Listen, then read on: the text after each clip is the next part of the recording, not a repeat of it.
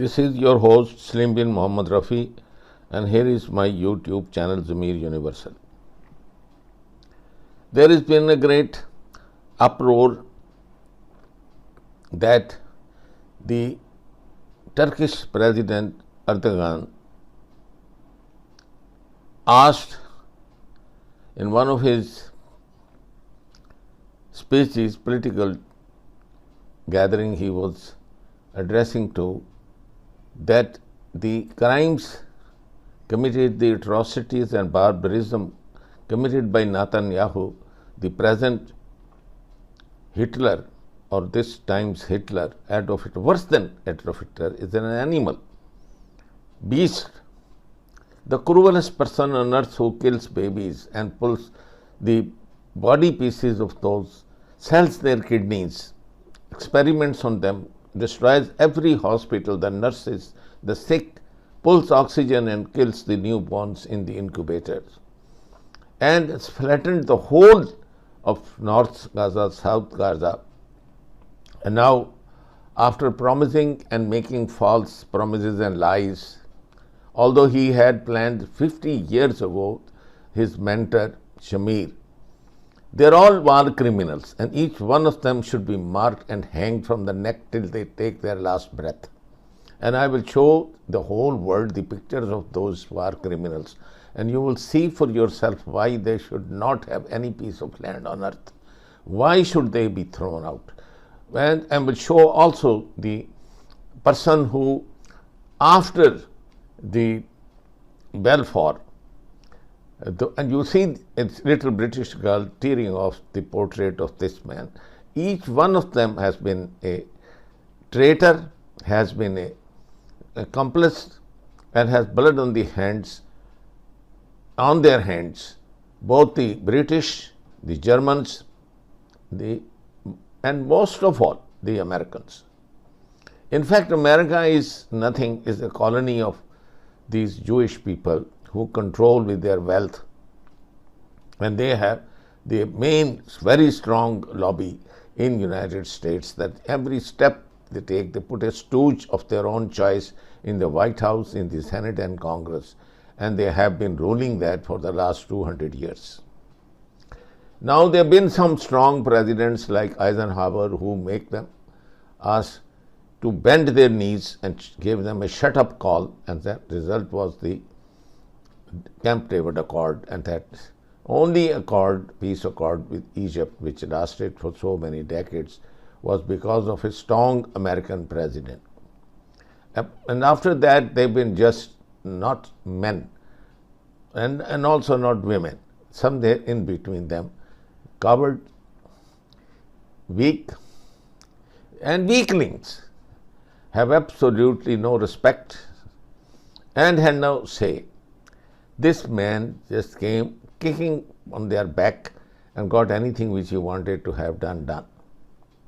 Even now, it was expected that the Security Council resolution, which is binding, where the America abstained for the first time, this stupid, silly man who will go into the deepest pits of hell and burn repeatedly, along with that bald-headed bugger, the other Prime Minister, and you can see there, I'll show you the great big list all the way up to Shamir, and then Ariel Sharon, who walked with his shoes on into the holiest place in Islam, the Masjid al-Aqsa, and see how he died, and his beauty putrefied, liquefied, and there was a smell all across around the hospital for miles because they put him on the life support, and the whole of his body has been autolysis, and there was a foul smell like feces, and then the family was forced to pull the intubation out and let him be buried, and so there was no, they buried just a liquid.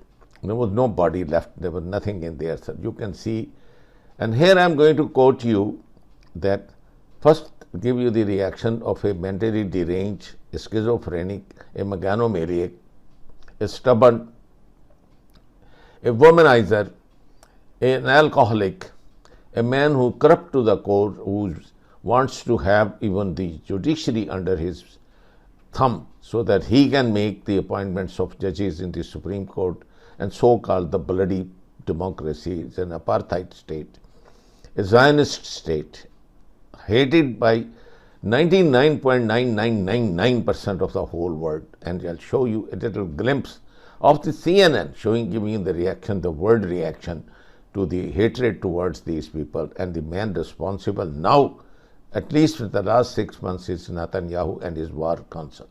And each one of them in the war councils to be pulled out. And all the Erdogan said was that I'm sending him to Allah. Allah means in Islam is God. God Almighty means the creator of the universe who created us. Then every faith, if they are really Jews, and if he is a Jew, which I doubt he is not a Jew, he is a devil. He is somebody who is wearing the sheepskin, but underneath he is a wolf, and a wolf of a worse kind. So, briefly, you can understand that why he said that, because there God will send him, as he sent in his book, in the Holy Quran revealed in the Surah Nisa.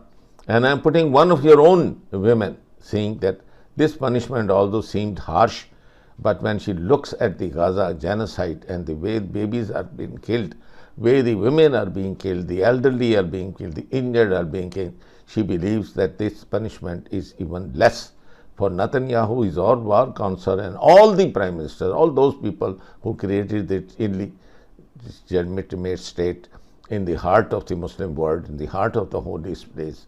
So with this short introduction, I want each one of you to know what they were said. And God's words are always the right words, so it's the divine words. Gaza is only about 25 miles long and 7 miles wide, but this small strip of land is one of the most fought over in history. It was an Egyptian base, a royal city for the Philistines, and the place where the Hebrew hero Samson, betrayed by Delilah, met his death. Since then, much blood has been spilled. The most recent contest for Gaza began at the end of World War II, when persecuted Jews travelled to Israel from Europe looking for a new start after the horrors of the Holocaust. In 1947, the United Nations created a plan to split Palestine into two lands, one for Jews and one for the Arab people. Backed by the US President Harry S. Truman, David Ben-Gurion, Israel's founder, proclaimed the establishment of the State of Israel in 1948. Egypt then attacked Israel through the Gaza Strip. Israel was victorious, but Gaza remained under the control of Egypt, and an influx of Palestinian refugees began. In 1967, war broke out between Israel, Egypt, Jordan and Syria. In what became known as the Six-Day War, Israel seized the Gaza Strip and held it for 40 years. Israel pulled its forces out of Gaza in 2005. In 2006, Hamas, a group sworn to destroy Israel and listed by the United States, the European Union and others as a terrorist group, won a landslide victory in Palestinian legislative elections. Hamas was now in control of the territory. However, Israel still controls much of the area's access to and from the Gaza Strip.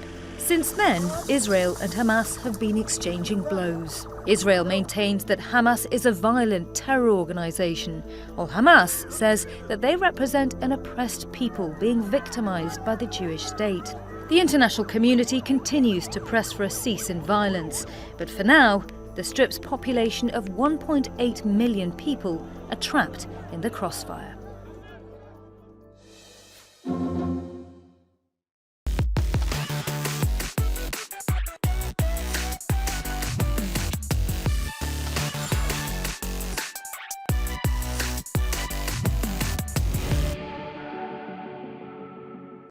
Jordan, Turkey, Tunisia, Egypt, Pakistan, the United Kingdom, France, the United States.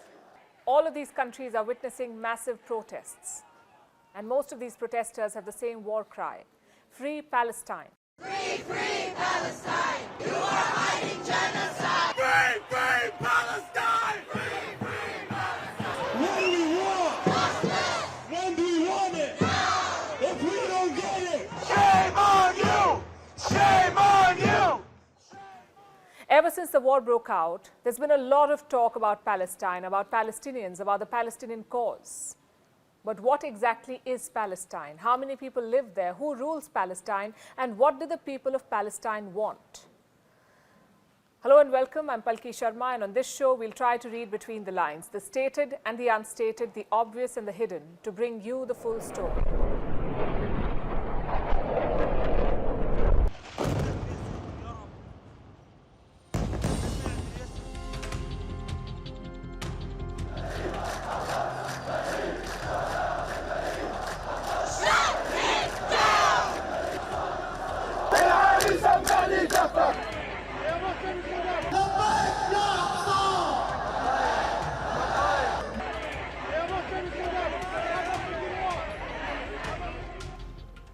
To understand the Israel-Palestine conflict, you must understand its history and geopolitics.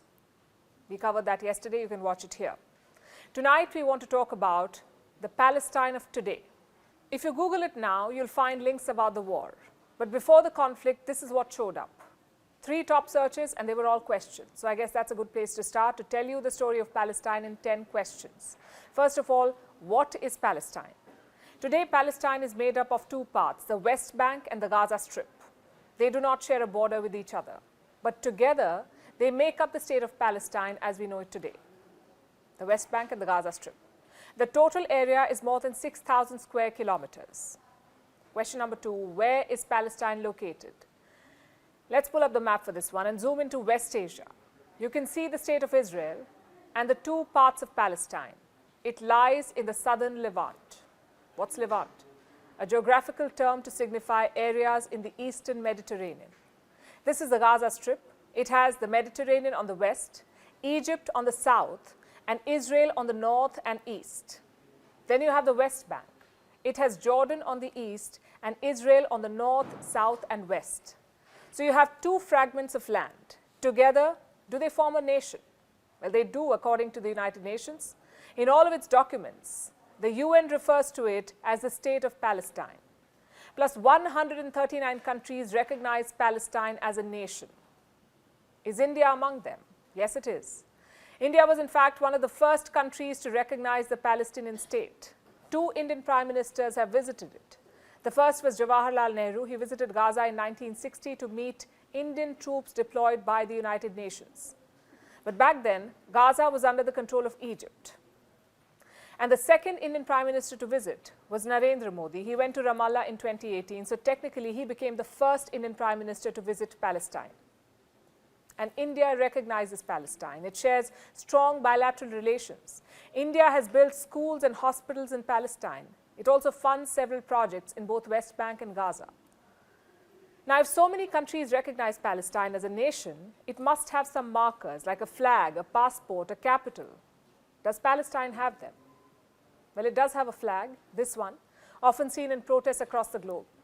They also have a passport. It is issued to residents of Palestinian territories, also to Palestinians born abroad.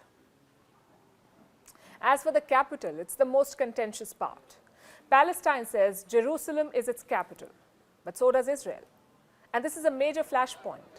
It has led to clashes, killings, and widespread violence because both Israel and Palestine want control of the holy city. The question is why? Why do they want the same capital? And the answer is East Jerusalem. It is home to some of the holiest sites in the world. It is where Judaism's 2 sacred temples. The most successful indigenous land back project in history is Zionism, because 2,000 years ago, colonialists came to the native Israelis, who are the Jews, kicked us out, dispersed us across the world, and for 2,000 years we didn't forget that we need to go home, speak our same language, Hebrew, believe in the same God, Hashem, live in the same land, Eretz Israel, and we succeeded.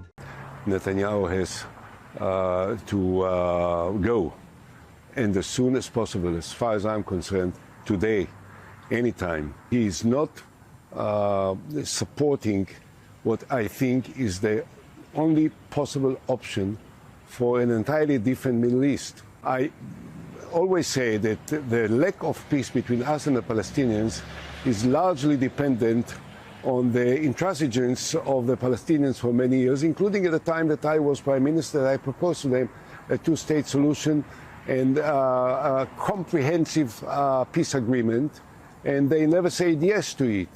But at this time, now, Prime Minister Netanyahu is not acting in line with what I think is the basic strategic interest of the State of Israel, and I completely agree with President Biden on what he said.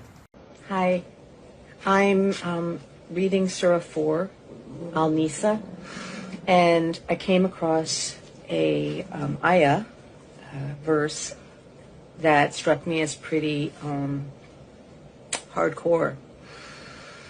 And I want to read it to you, and then I want to tell you my reaction. Surah 4,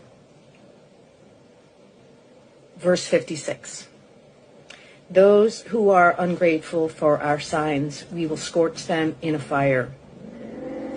As often as their skins are wholly burned, we will substitute with other skins, so that they will experience the punishment. Truly God has been almighty wise. All right, so if you would have asked me 6 months ago to read this verse and comment on it, I would have said something really different. I would have said, that seems pretty harsh. And I don't know about a God who can do that to humans.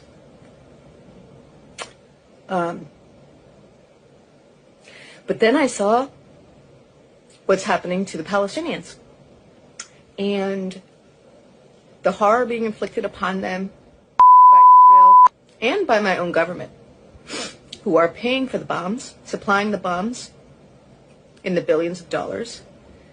And I realized that this punishment is okay by me. 6 months ago, I would have told you, even though I'm 53 years old, I would have said, I truly believe that every person is a good person, deep down. And all people deserve forgiveness for past actions. But at this point, no. No. I understand this verse now. And I'm sorry for what my government is doing to the people of Palestine and how we're complicit. I'm really sorry.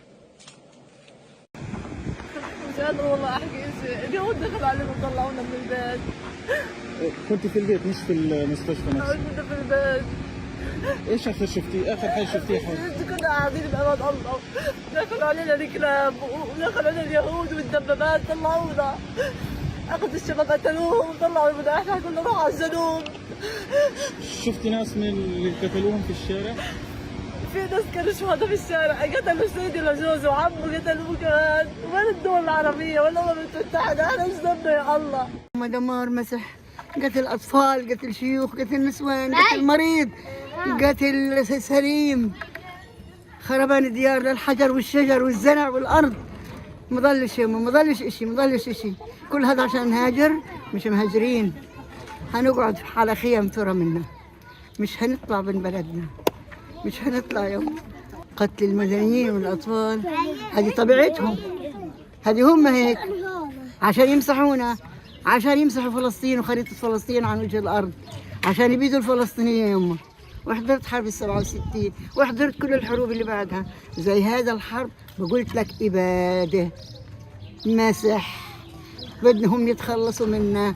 فيش أمان، ما فيش أمان لا رفح ولا غير رفح، ما فيش أمان. مين اللي بيقول رفح آمنة؟ رفح آمنة وأنا أخذت 8 غرز. رفح آمنة وابن أخوي إيده انقطعت، أنا أمان. وين هو الأمان؟ Universal television को subscribe करना ना भूलें, उसके बाद bell button पे click करें और अपने कमेंट्स के सेक्शन में अपने कीमती जो ख्यालात का इजहार ज़रूर